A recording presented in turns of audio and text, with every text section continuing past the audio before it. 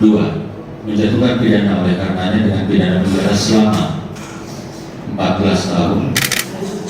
Tiga, menetapkan masa penangkapan dan penahanan yang telah dijalani terdakwa dikurangkan seluruhnya dari pidana yang dijatuhkan. Empat, Majelis Hakim Pengadilan Negeri Mataram menjatuhi vonis terhadap terdakwa Imade Yogi Purusa Utama, yakni pidana penjara selama 14 tahun karena terbukti melakukan pembunuhan terhadap Brigadir Muhammad Nur Hadi. Vonis itu dibacakan oleh Ketua Majelis Hakim Pengadilan Negeri Mataram, yakni Lalu Mohsandi Iramaya pada Senin 9 Maret. Ia menjelaskan bahwa berdasarkan fakta-fakta persidangan, Yogi terbukti melakukan pembunuhan terhadap Brigadir Nur Hadi di kolam Villa Tekek, Gili Trawangan. Untuk informasi selengkapnya akan dilaporkan langsung oleh jurnalis Tribun Lombok, yakni rekan Robi Firmansyah. Baik rekan Robi, bisa disampaikan update informasi terkait kasus pembunuhan Brigadir Nur Hadi ini. Apa benar terdakwa divonis penjara 14 tahun dan 8 tahun? Ya, Arin dan juga Tribunus Majelis Hakim Pengadilan Negeri Mataram telah membacakan vonis terhadap dua terdakwa kasus pembunuhan Brigadir Muhammad Nur Hadi yang terjadi di Villa Tekek di Terawangan pada April 2025 lalu. Dalam vonisnya, Majelis Hakim yang dipimpin oleh Lalu Muhammad Sandi Iramaya menyatakan bahwa terdakwa Imade Yogi Purusa Utama telah terbukti secara sah dan meyakinkan melakukan tindak pidana pembunuhan tersebut, sehingga terhadapnya dijatuhi hukuman pidana penjara selama 14 tahun. Selain pidana penjara selama 14 tahun, terhadap Yogi juga sudah dibebankan hukuman tambahan berupa pembayaran restitusi sebesar 385 juta rupiah kepada ahli waris atau istri daripada Brigadir Muhammad Nur Hadi, dengan ketentuan uang restitusi tersebut dibayar maksimal 30 hari setelah vonis dibacakan.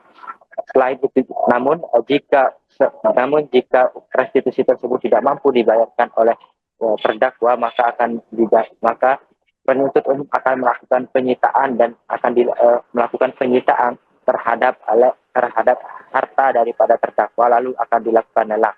Namun jika harta tersebut tidak juga mencukupi untuk melakukan pembayaran denda restitusi tersebut, maka akan diganti dengan pidana penjara selama 2 tahun.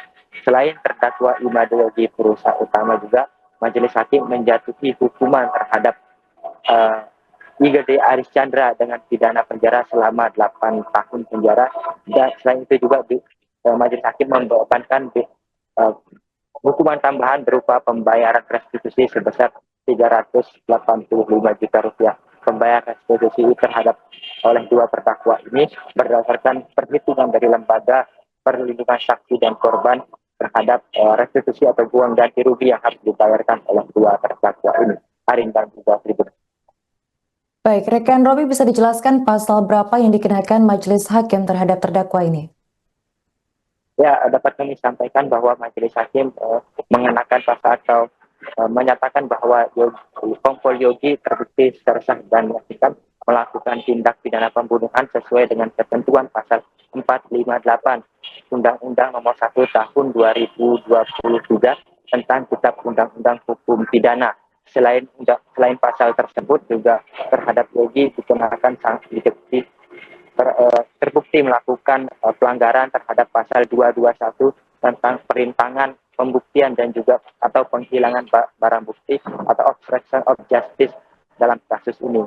Sehingga itulah alasan kenapa Majelis Hakim menjatuhi hukuman pidana selama 14 tahun tersebut juga. Begitupun dengan Igede Aris Chandra yang terbukti secara sah dan meyakinkan berdasarkan fakta persidangan melakukan tindak pidana penganiayaan berat sesuai dengan ketentuan pasal 468 ayat 1 Undang-Undang Nomor 1 Tahun 2023 tentang Kitab Undang-Undang Hukum Pidana, dan juga terbukti melanggar pasal 221 ayat 1 terkait dengan obstruction of justice dalam kasus ini.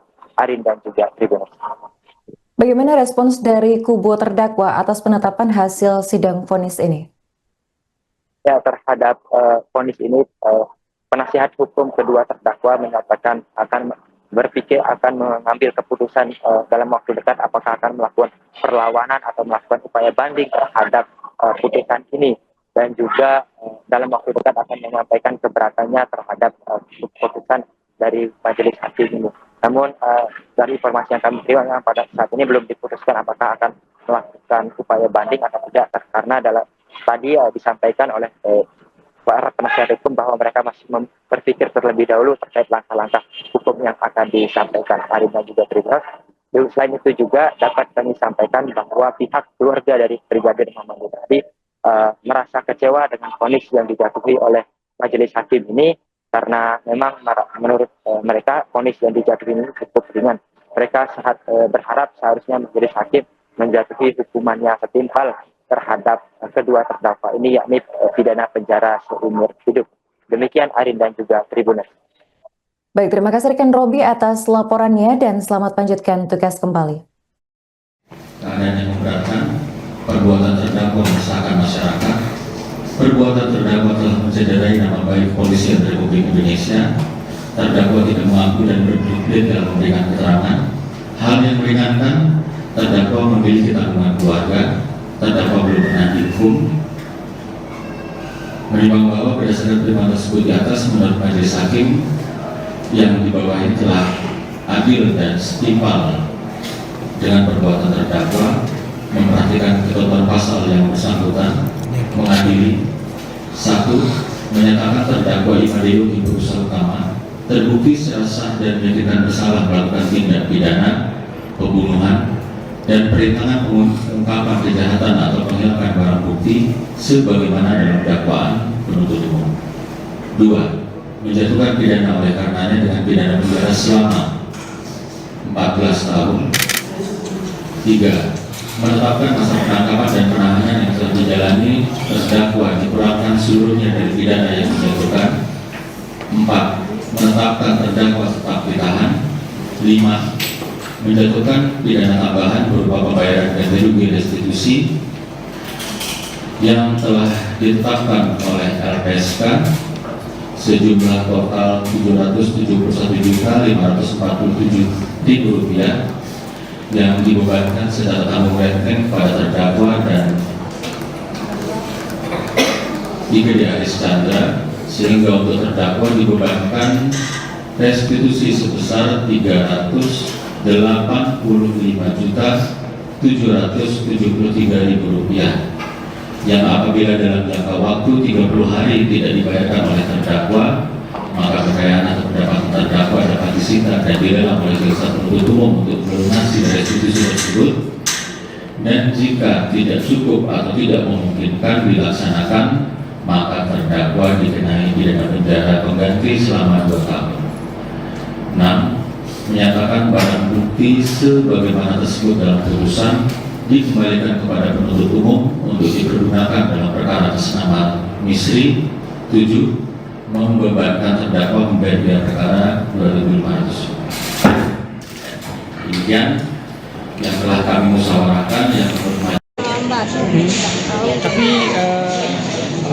14 tahun penjara seperti apa? 14 tahun penjara untuk Yogi seperti apa? Tanggapan keluarga. Kurang puas. Istrinya kurang puas, soalnya kan harusnya setimpal. Bahwa suami saya itu hanya ada. Harapan keluarga apa sebenarnya? Harapan keluarga seumur hidup, kalau bisa seumur hidup. Dan kan Aris Chandra cuma 8 tahun, jadi lebih sedikit ringan sekali. Harusnya kan lebih dari itu. Ringan sebenarnya, ringan semua. Kalau dari keluarga sendiri apa selanjutnya seperti apa?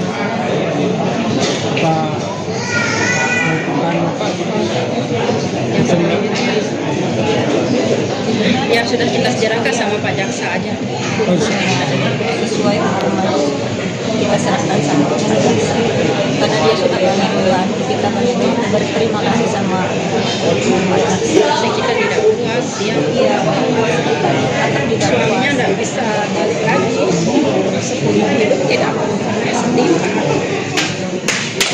Terima kasih. prinsipnya terhadap putusan 100% dalam artian dari sisi penerapan hukumnya sesuai dengan tuntutan kedua terdakwa, yaitu satu melakukan tindak pidana pembunuhan, terus yang kedua juga melakukan penganiayaan berat, termasuk juga obstruction of justice. Terus setelah juga dikabulkan 100%, yaitu 14 tahun untuk terdakwa Yogi dan 8 tahun untuk terdakwa Aris. Kemudian juga dikabulkan terkait dengan restitusi subsidiarnya juga.